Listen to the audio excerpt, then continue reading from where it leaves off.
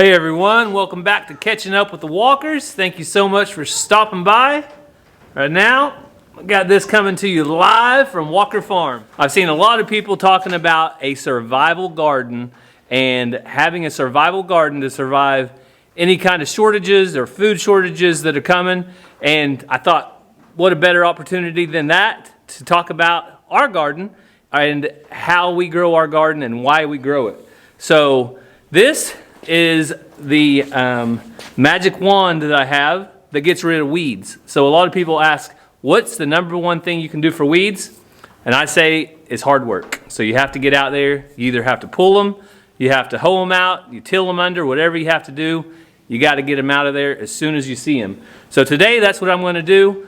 I also wanted to mention real quick about in-ground gardens. So if you're thinking about starting a garden, or maybe you're not having good luck with raised beds, think about having an in-ground garden, because the soil temperature on an in-ground garden, to me, I think is going to stay cooler most of the time than any kind of raised beds. That's where I think I've had problems at in the past with raised beds. So I'm going to head out to the garden, but first I saw some alpacas. I also have my little angels here with me today, so they might be running around. Hopefully you won't see them, but maybe you'll hear them. And we're going to get some work done in the garden, get it weeded out, tilled, and I need to trellis my sugar snap peas.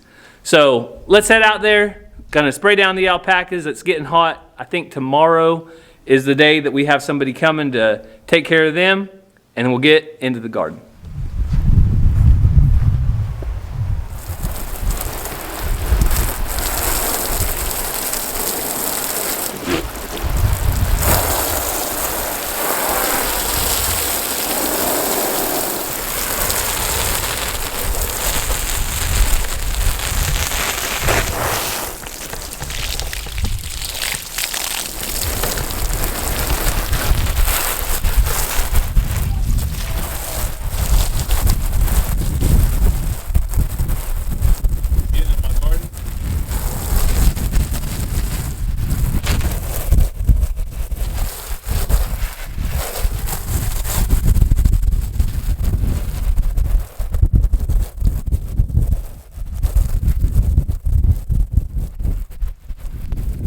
So you can see it's not too bad at all, and we're actually starting to get some peppers, but just little grass like that. Ooh, getting a banana pepper. Oh, look at these jalapenos. Oh, wow, coming on strong. But this isn't too bad. You get weeds like that. Over here in the corn, you just get weeds growing up in between them. Not too bad, but here, there. But a little weed is one thing, but they will take over if you let them go. And so this is what we have to deal with. More weeds, more weeds.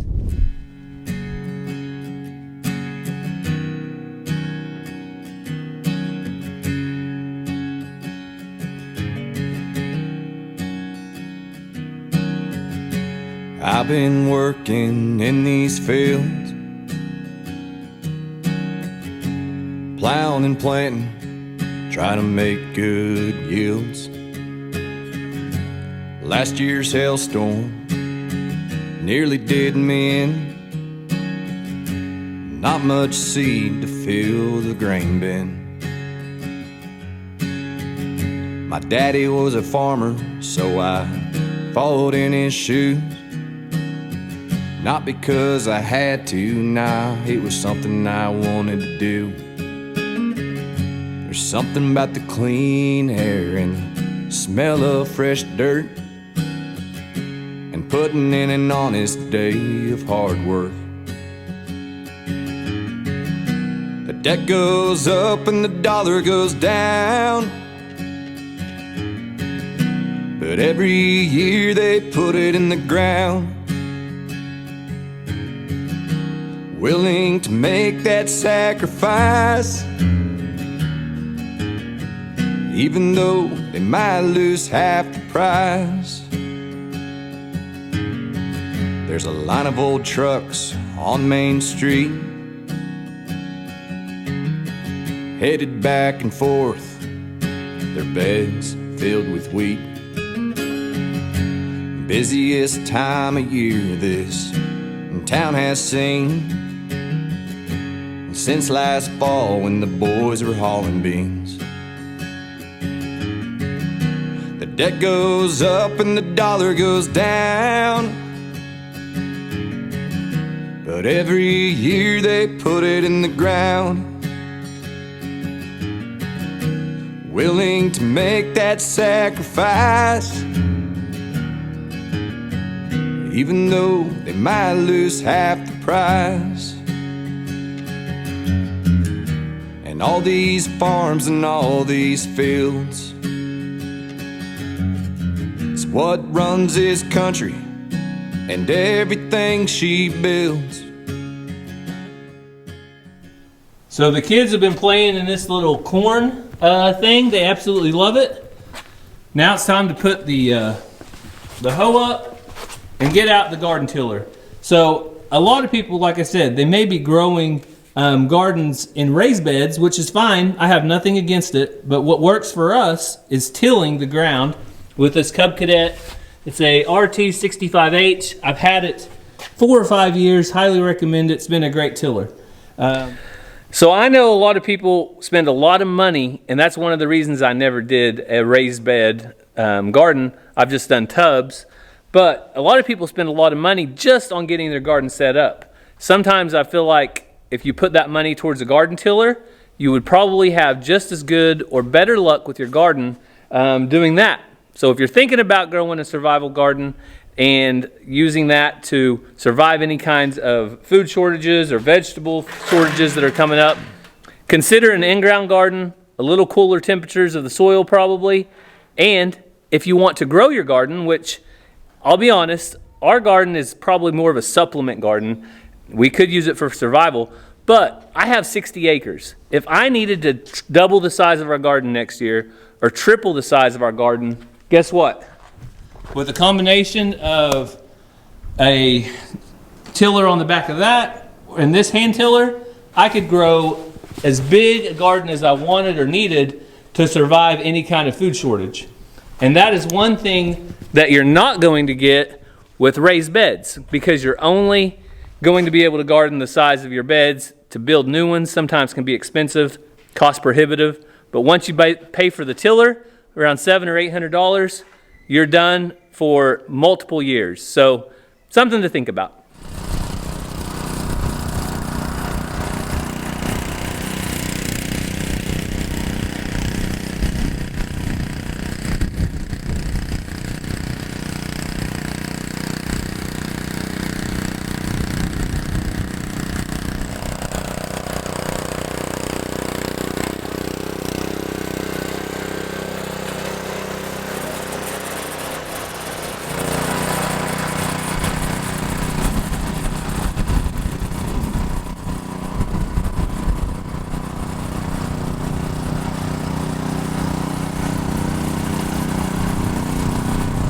So I just finished up the tilling.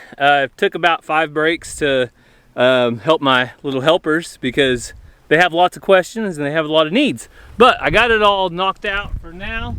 I did not till around the tomatoes because it's not quite required yet. So we've got all the corn tilled around. Now I'm going to go in and rake some more dirt around the bottom. And I'm going to trellis those, but I got to take a break because I'm going to have to feed the kids something. And a couple days ago, I bought some squash because I've seen how well mine are doing, but I haven't been able to get any off of them yet. But look at those plants. They're getting huge. So let's go inside and see if we can cook some squash up, since now I have a little bit of a craving for it. So one of the reasons I am so excited about the garden is because of this squash. So this is one of my most favorite things to eat in the summertime, and that is just simple squash and sausage. So I also like to put onions in or zucchini if I have it, but if I don't have it, I just picked a couple of these up from the store and they make a good meal too. So we're gonna get this going on the heat, add a little bit of butter in there, a little bit of pepper, regular old pepper. And to make it the very best, you've got to use the Redmond real salt. The best salt ever. Put a little bit of that in there. Get it to cooking. So for some cheap beef, smoked sausage, I'm gonna cut this up, add it in there, and it's gonna be yummy. We're just gonna half these. The reason why we need to protect these salt marshes is it gives them a lot of food, it gives them space, it protects them from predators, and it gives them shelter. We found swordfish. We put them in the tank.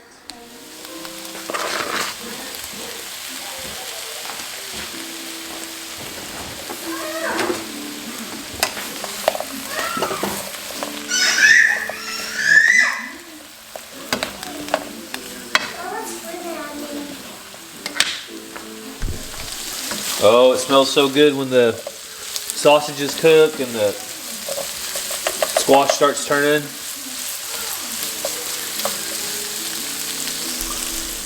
So everybody's got a different opinion about how they like their squash cooked, but to me, I like it just with a little brown edge, but cut thick enough that it's not completely mushy. So I don't like it completely mushy, but I do like a little bit of crisp on it. So I think that's done. Just about perfect. I'm gonna turn that off and see how it tastes. So I let it cool down just a minute and it looks amazing. You can see it right there, but you gotta give it the taste test to see if it's as good as it looks. Here it is. Get up. And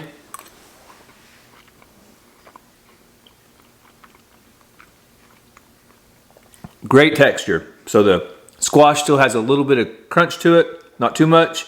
Nice and brown on the outside. The meat is got a little bit of brown on it as well.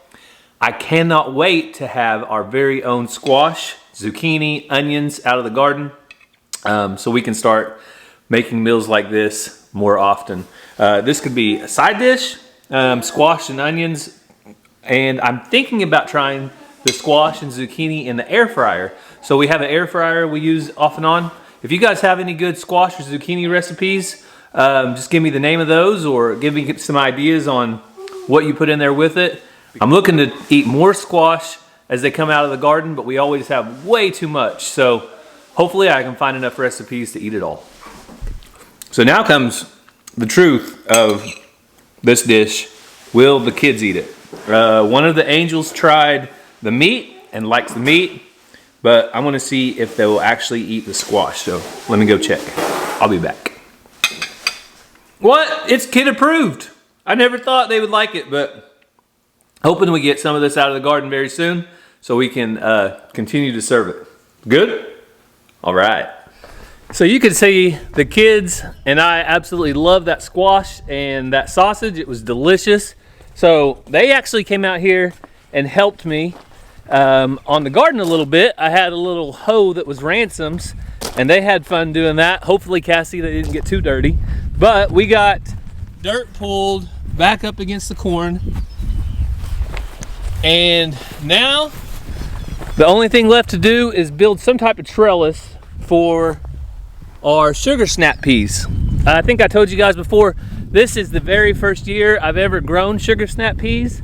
So I'm a newbie, but I was interested in trying something different. Every year I try to do something different. I always have my staples, which is tomatoes, squash, peppers, corn, and onions, lettuce, a couple things like that. I'll probably plant some cucumbers in the next couple weeks after I pull up some of the radishes and stuff. But as far as a survival garden, I feel like you want things that are going to last a long time and that will feed a lot of people. Us, we have a family of 5 normally. Right now we have a family of 7. So me planting 6 rows of corn makes a lot of sense for our family, because what do our kids eat? Corn. You couldn't get them to touch a radish. They might eat a couple tomatoes, but they will sit there and eat corn with every single meal. So that is something I planted a lot of just for that reason. And I planted super sweet corn, peaches and cream and candy corn, because that's what they'll eat. So if you're starting a garden, I don't know how windy it is, so I'm going to step back in the shop. But if you're starting a survival garden, you have to ask some questions. Who is the garden for? How many people? What will those people eat? And as far as calories go, you know, you got really high carbs with potatoes and things like that. Sweet potatoes, we really like to plant those. But corn will also provide a lot of carbs. Us surviving is a lot more than our garden, though. We have cattle, we raise pigs, we hunt deer, we forage in the forest for wild onions and mushrooms. So there are a lot of different things that go into surviving. It's not just a garden. But I would encourage you, if you think about starting a survival garden, do this one thing. Consider getting a garden tiller so you're not dependent on a small space. Because if times get worse, your garden can get bigger. Maybe you want to start a commercial garden, and maybe you want to use your excess produce to sell to the public. So you can always grow a bigger garden if it's in the ground, and if you have a tiller, you can just start plowing up more dirt. As long as you have the land, you can make a bigger garden. So you may be asking, where's Cassie at? Well, today is Cassie's very last day of school. So hopefully the next video of Catching Up with the Walkers will be her instead of me. We'll see. They'll be off of school for the next few months. And I know Cassie, she's already getting in vacation mode. She'll be ready for vacation. So also on Catching Up with the Walkers, you saw us lose our calf, little Isla. I think we covered it enough over there. But I checked on Cece. She's doing well. She was looking for Isla for about a day, and she quit now. But she looks like she's going to be all right. Her milk bag isn't too bad or anything yet. Hopefully she'll quit producing milk since she no longer has a calf on her. But thank you guys so much for the thoughts and the prayers you guys were sending our way. We really do appreciate it. Also, before we end the video on Catching Up with the Walkers, we always encourage you to leave your prayer requests down in the comments. We look over those, pray over those, and I know others do as well. So let's go finish up by putting up some type of trellis and seeing if we can get these sugar snap peas to climb. I've been looking for these. So before we can put anything up, we have to have our post hole diggers, because I think I'm going to use cattle panels for a trellis.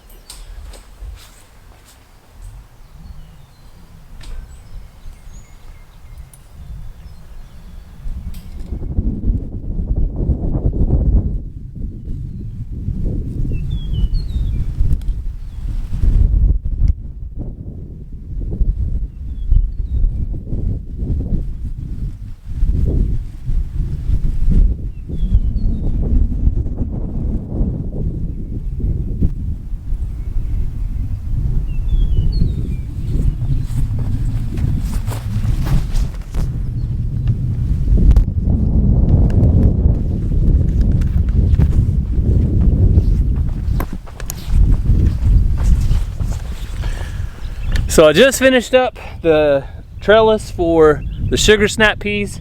I think this is gonna work just fine. Now I just need to go through here, get them growing up.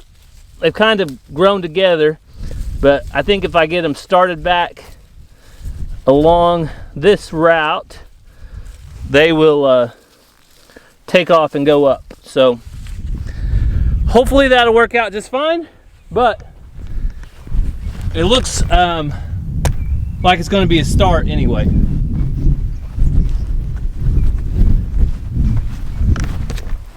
So I'm finished up out in the garden. Now all we need is the rain. I think we have a 60% chance tonight and like a 70 or 80% chance in the morning. So praying for rain, that it will get it, because this time of year we know that any point the rain just stops and we don't get it again until like the end of August. So hopefully we'll get some rain in the next couple weeks. It's forecasted. We also have some cooler temperatures that are on our way. I'll be thankful for those.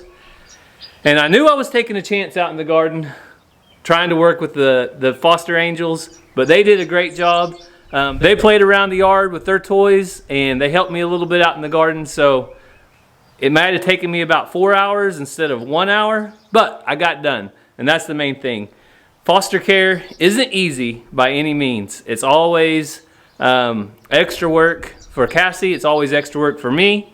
It always means who knows what with the schedule, but at the end of the day, is it worth it? It's worth it. Also, at the end of the day, is the garden worth it? It's worth it. So back to the original thought. If you're thinking about starting a garden, you should do it. Go for it. I know up north, it's probably just now about planting time. You're probably a little late the further south you go, but if you plant it now, you're going to have something before the end of the year. So the quicker you get started, the quicker you're going to get food and have that much more food security.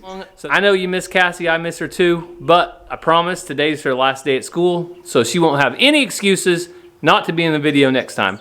So thank you so much for following along. I hope you have a great day. God bless, and we'll see you next time.